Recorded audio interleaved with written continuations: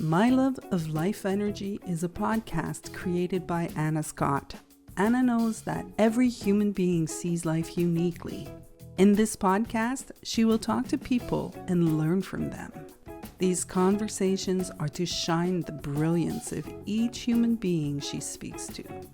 Join her. After each exploration, you will expand on your insights and see truth and beauty. Good morning and good afternoon, and welcome to my podcast, My Love of Life Energy. And today I have the honor and deep privilege of speaking with Anna Ferrari. And I met Anna on one of the, I believe it was when you came on, I was hosting a grounding seminar through three PGs. And then Anna's come on.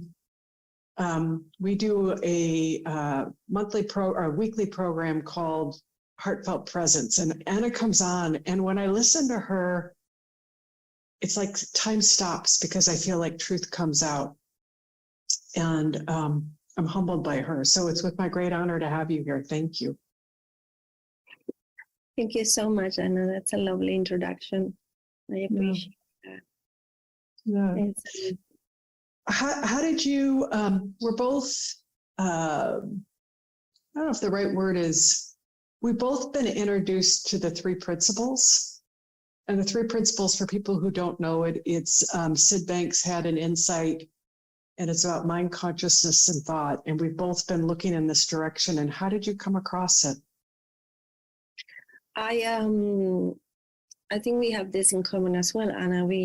I was introduced to them by Michael Neal, The Inside Out Revolution.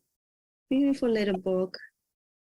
And of course, he mentions Sydney Banks in the book. And in this time in history, we can just type on a keyboard a name, and then we have more information. So I went to Google or YouTube, and I found some videos from Sid, and I always felt like I had this nose for truth. I could smell truth, I could feel it, and I could just, and I felt something. It took me another 2 years to really do a deep dive into what it meant, and for everything to come crashing down, and in the realization that what I found was fundamentally the last piece of my puzzle, the end of my seeking, the end of my search. So yeah, it just always comes with a beautiful feeling, that truth. And it was lovely to come as well, not only to a teaching, but to a community. Did you have a realization? Did you see it? I have a few realizations before being introduced to the principles, but one of the realizations that made a big impact in my life is one of the realizations that Sydney Banks talks about, which is the past doesn't exist anymore. I remember clearly I was standing in a window overlooking a beautiful city, and I had this spontaneous feeling, the thought doesn't exist anymore, so it cannot define me. So moving forward, I can be whatever I want to be. Wow. When you said that, what I felt is it went from this like solid thing to just complete open space. Exactly. That was exactly my feeling, because before that, I thought, well, this is my past, and as such, I can only attain or achieve so much because of it. But then when I realized that it didn't exist anymore, that it was only kept alive by me thinking about it, it could not define me. So it was up to me. So my mind felt really open. And when the next thought came about, you can be whatever you want, I just felt this massive field of opportunity. Wow. So it's been a lovely exploration, who do I want to be? Because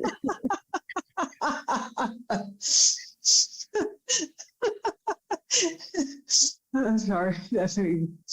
I'm not sorry. That's really funny because it's like, well, it gets to be made up. exactly, it all gets to be made up. And at the same time, none of those things that I can make up are going to give me what I really want. So eventually that, who do I want to be? My ego was a little bit in charge of that. It wanted to be this or that because it wanted to be happy.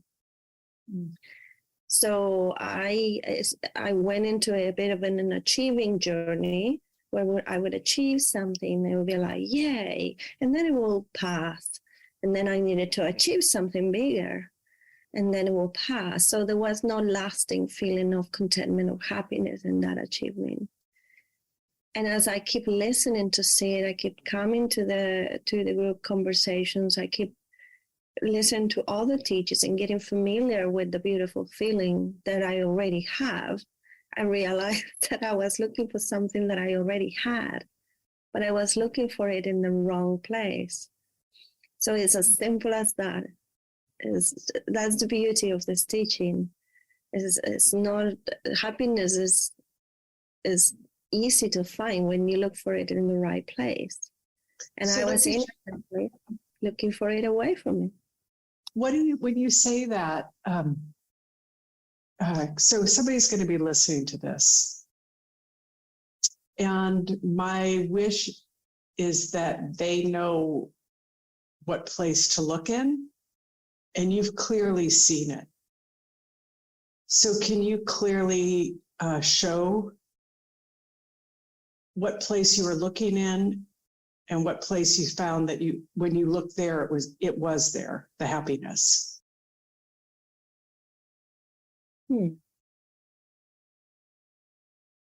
Well, the place where I was looking for was in the world of form. I was looking for, first of all, what is that I was looking for? I was looking for happiness. I was looking for contentment and peace of mind, satisfaction. And I was looking for it in the world of form. I was looking for them in my work, my relationships, my image, achievements, all of those things. And those things will give me, satisfaction or happiness, but then it would pass. So it was the happiness, it wasn't the happiness. It wasn't the lasting happiness, the lasting feeling. And then I realized, okay, that's what I want. I want a feeling that lasts. I want something that sticks. And along comes Sydney Banks and says, if you're looking for happiness, if you're looking for contentment, if you're looking to have a peaceful and loving life, paraphrasing here, you're looking for yourself, your inner self, the essence of who you are. And then I had a big light bulb moment where it's like, oh my God. When I looked towards this space inside my heart, let's say there, when I look towards the feeling of contentment for no reason, it's already there. And only my thinking can shadow or temporarily overcast that feeling. But that feeling, it's inside of me from the moment I came to the world. If you look at a child is, even when a child is setting up, is putting up a tantrum, they're still they're not in resistance of it. That is taught to the child, that the tantrum should stop. But when a child is putting up a tantrum, he doesn't stop being happy. Say more about that. Well, when we are children, we don't have a judgment over some things being good and some things being bad. We just are. We just have a way of being, and then we learn from the world that this is not acceptable and you should stop it or go and have a cookie. Watch the cartoons. So we learn to judge how we feel, to make meaning of how we feel, and believe that if we feel a certain way, it must mean something about us. And then the whole journey of psychological analyzing begins. But the beauty of who we are is always within. And by within, there is that thoughtless space that we touch. So I have a question for you. Because as I sit here and listen to you, I can feel the good feeling. I can feel the contentment. And I can feel the peace. And I don't have anything on my mind. And why I'm asking this question is because I really do want somebody, my wish, my desire would be that somebody hears this and it impacts them. Like they can feel it too. And I know the questions that I always get is, well, how do I get here? And what have you seen about that? Because I just am curious what you've seen about that. Yeah, that's another beautiful teaching from Sydney Banks. We don't get there. We are already there, but we have a very active mind. Our personal mind is really busy. And from the moment we came out of our mother, we've been looking outside. We've been looking away from us. And we rarely are aware that we rarely look towards ourselves. We look at the wall, but we don't look at what's looking. So that's what I would call to go within, to go inside, is remember that everything you see cannot be you because you're the one seeing it. So when you turn to look towards you, towards the seeing that you are, something happens that it cannot be described because it may be different for each one of us. And of course, there is always the mind, and the mind will be like, okay, but I don't get it yet. That's okay. You can let your mind be exactly as it is.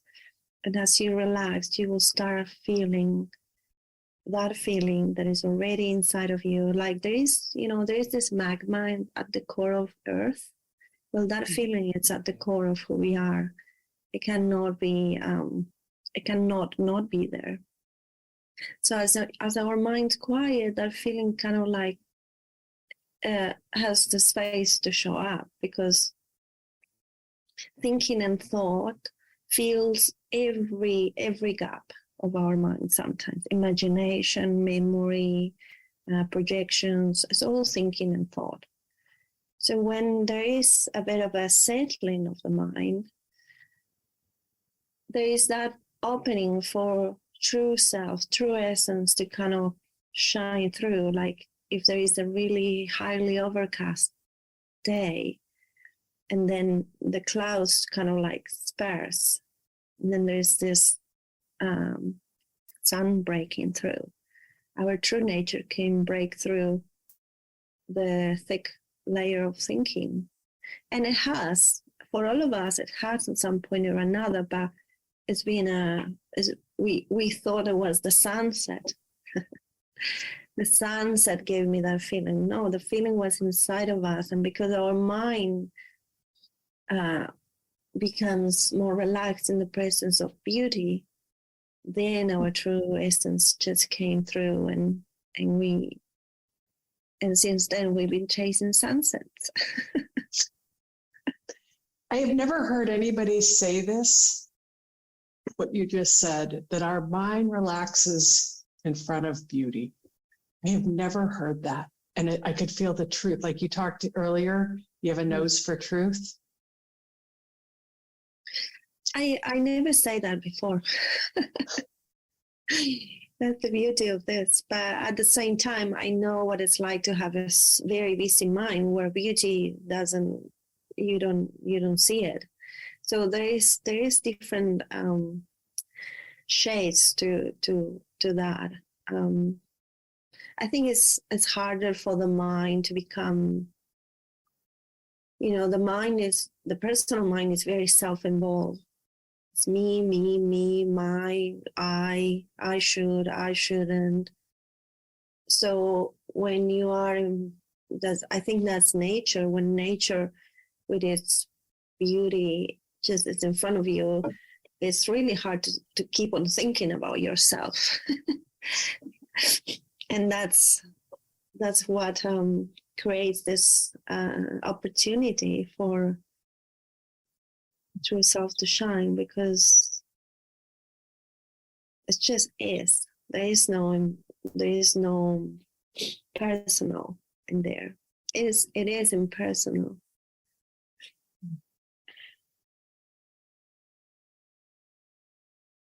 So the beauty will relax your mind as long as you don't keep thinking about yourself.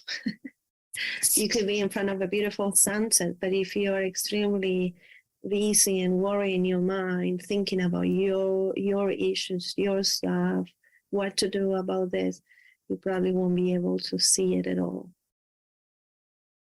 No, it's true. Yeah. I remember one time I was talking to Dickon, and when I was in college, I was an art history major, and I saw Rothko paintings. Charles Rothko, or I think that was his friend's name. Anyway, and I just started weeping. And he said, well, some people wouldn't see that, but I was so taken back by it. And I thought it was the Rothko painting, but it was just that I was awake and touched by life. I didn't have anything going on in me, about me. It's interesting. You just said something, and I've seen it at a deeper level in this moment, that my mind, my thinking is so personal. It's all about me, 7/24. And I don't know why I've not seen it so clearly until right now. And how exhausting it is. Yes, and that's one thing that we saw recently as well. We were having a conversation on Heartful Presence, and most of us have been taught that speaking about what's going on for us is important, and communicating to others what is going on with us fosters connection.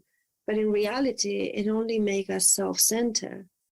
And every time I make the small personal self the center of my world, I'm shrinking into that place where I'm a little speck in the big universe, and I feel vulnerable. So that's the me. I think what was a coach to say to me there, I hear a lot of me. So, oh yeah. Yeah. Yet being of me is such a gift in all of it. I like what I'm hearing and what I'm seeing more these days is just listening with such compassion and understanding, and even compassion when I get caught in my head. Yes. Like there's nothing wrong. Like I do that. That's the best, that's the other thing. This understanding is basically like it's like a blueprint of how the mind works. So it's impersonal. When I get caught up in my mind, it's just like the paper getting jammed on the photocopier.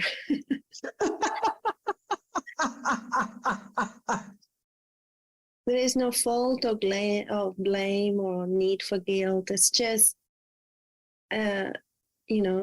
taking the left when we should have gone right. But there is no harshness of judgment. It's just something that happens to all of us from time to time. especially because there is a big change now in the understanding of how the mind works. It's been coming for a while. Even, the cognitive therapy, they see that as the thoughts creating how we feel. But the principles takes that deeper into realizing that we are of a spiritual nature. Yeah. And I just want to clarify for people, if they're hearing that, what that means is that there's an intelligence that's larger than us that is creating the show that we're a part of. I may think I'm in charge, but I'm just a bit player in this whole orchestration of life. That's beautiful.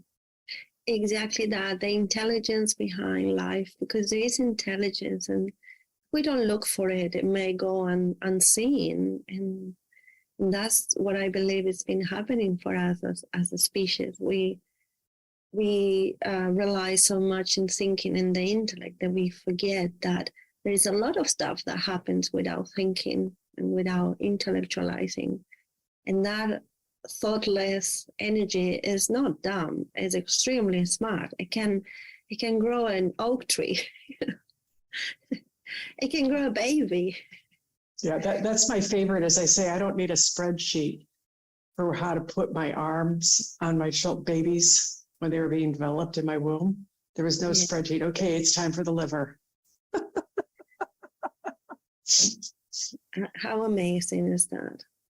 So looking towards the magic of life, the essence of life, the flow of life, that always creates, depending on where you are and how busy your mind, it creates a sense of wonder. That sense of wonder is a beautiful feeling. Well, that's like, I think, the children's mind, before responsibility and all this intellectual, it's kind of wondering, like I'm looking out my window and I'm seeing the first blooms of my hydrangeas and my lilacs forming. And a month ago, it was completely bare. And I haven't done anything about that. How does that happen? It's just in wonder. And the same energy that is flowing through your hydrangeas, it's flowing through you and through me and through my cat. And it's all happening in that flow of life.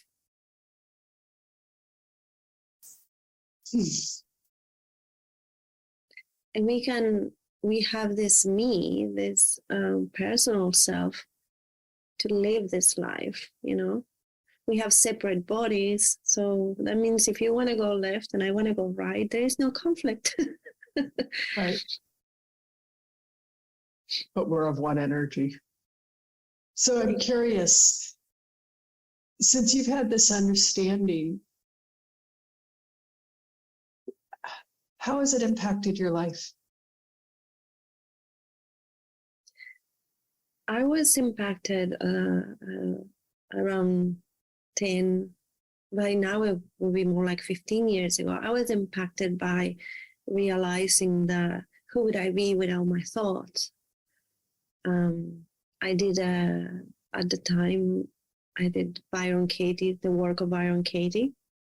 And the first time I did a questionnaire, one of her questions is, who would you be without that thought? And when I asked myself, I just felt like if I've been all my life in a dark and moldy room, and all of a sudden a door opened into a beautiful garden. And that changed me. I started to be more aware of what thought was doing. And God, this was toxic.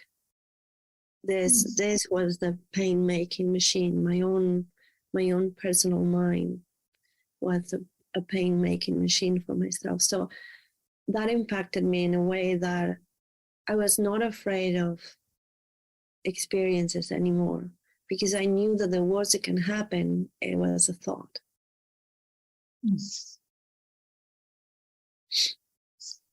And I tested that. I tested that through really tough life circumstances.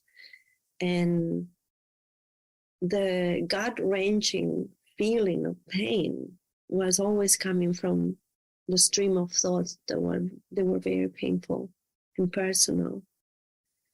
So through those times, I would write on paper everything that I was thinking, and it would be clear to me that the pain was coming from my thoughts. And circumstances were still a challenge, but there was something holding me, and I was aware of that as well. I was still in one piece. So fast forward to the principles, I become more and more interested into looking into the nature of thought, how thought creates our reality. So the impact, and at the same time, my mind is being quieting. And when it's not quiet, I know that the feeling I feel is only just letting me know that my mind is busy. Yeah. Do you notice it more? Like I for myself, Yeah.